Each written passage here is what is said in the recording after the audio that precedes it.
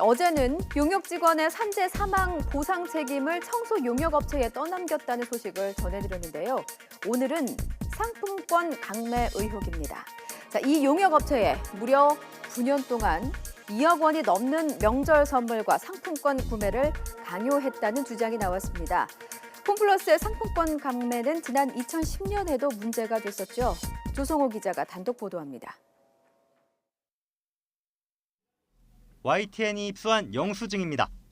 지난 1월 설 명절을 앞두고 매장 청소 용역을 맡았던 업체가 상품권과 선물 세트를 산 내역입니다. 명절 때마다 여러 홈플러스 매장에서 구매를 지시했다는 것이 용역업체의 주장입니다. 명절 때마다 상품권 및 선물 구매를 요청을 받습니다. 한 번에 수십만 원부터 많게는 1,000만 원까지 9년 동안 모두 2억 4천만 원어치나 됩니다. 구매가 임직원의 실적이 되도록 구체적인 요청까지 있었다는 겁니다.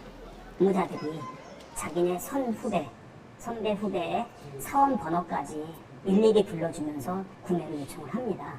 이런 홈플러스의 상품권 강매는 지난 2010년에도 문제가 됐습니다. 납품업체들에 강요했다가 공정거래위원회의 조사에 이어 제재까지 받았습니다. 이런 행위가 광범위하게 퍼져 있어 금지하는 법까지 이미 만들어졌습니다.